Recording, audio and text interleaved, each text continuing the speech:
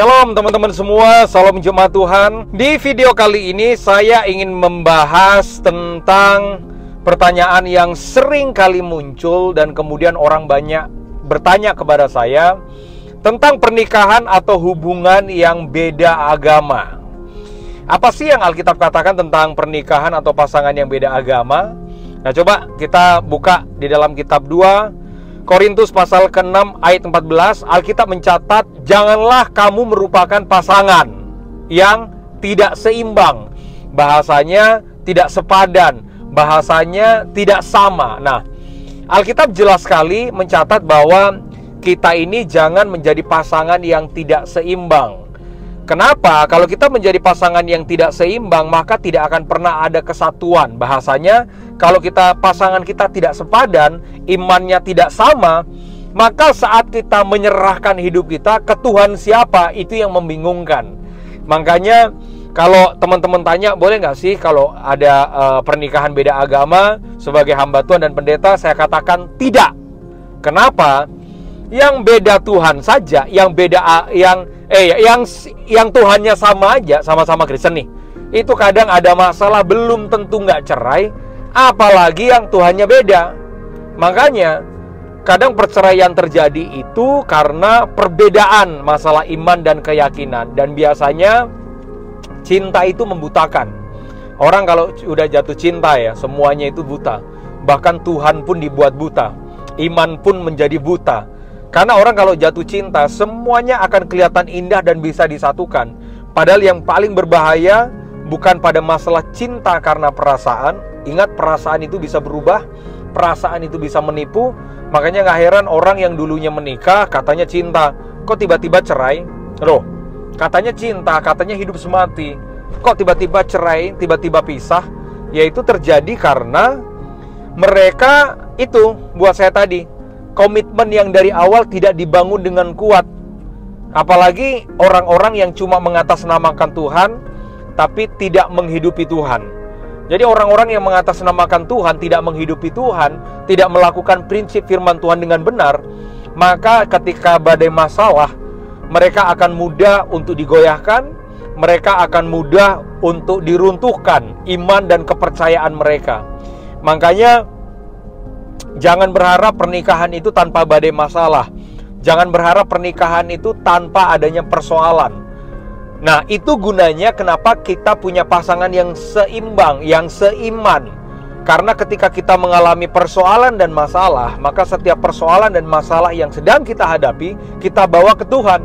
Nah, kalau Tuhannya beda, kalau Tuhannya beda, bagaimana kita bisa menyelesaikan masalah kita dengan iman yang sama karena Tuhannya beda? Makanya kita harus cari pasangan yang benar-benar seimbang, mengasihi Tuhan. Seimbang dalam artian gak cuma sekedar kalau dia beriman ya, kalau dia Kristen gak cuma sekedar KTP-nya aja yang Kristen, KTP-nya aja kalau dia jadi pengikut Yesus. Tapi hidupnya harus benar-benar dia mengikuti Yesus. Hidupnya harus benar-benar dia melakukan firman Tuhan. Karena ada banyak orang yang kadang datang ke gereja, alasannya kenapa datang ke gereja? Mau cari yang seiman nih, cari anak Tuhan juga. Yang jadi masalah adalah ada banyak juga anak Tuhan yang datang ke gereja, nggak nyari Tuhan, tapi nyari pasangan. Akibatnya mereka ketemu, hanya cari pasangan, tapi tidak cari yang cinta akan Tuhan. Karena tidak semua orang Kristen, orang percaya, masuk ke gereja ini kalau mau dilihat, yang mengaku dirinya Kristen, tidak semua masuk ke gereja benar-benar sungguh-sungguh mencari Tuhan. Makanya orang yang tidak sungguh-sungguh mencari Tuhan ketika menghadapi badai persoalan, mereka akan mudah diruntuhkan atau dilumpuhkan. Nah, carilah pasangan yang benar-benar cinta akan Tuhan. Carilah pasangan yang benar-benar hatinya melekat dengan Tuhan. Apa ciri-ciri orang yang mengasihi Tuhan? Yang pertama, dia selalu mengutamakan Tuhan lebih daripada segalanya.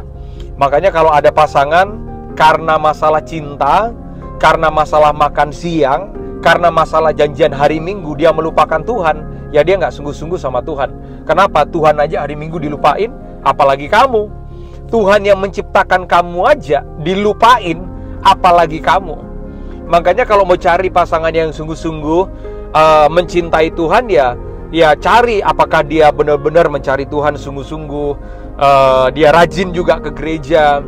Terus sekalipun itu bukan ukuran ya, tapi setidaknya dia memberikan waktunya untuk dia mencari Tuhan.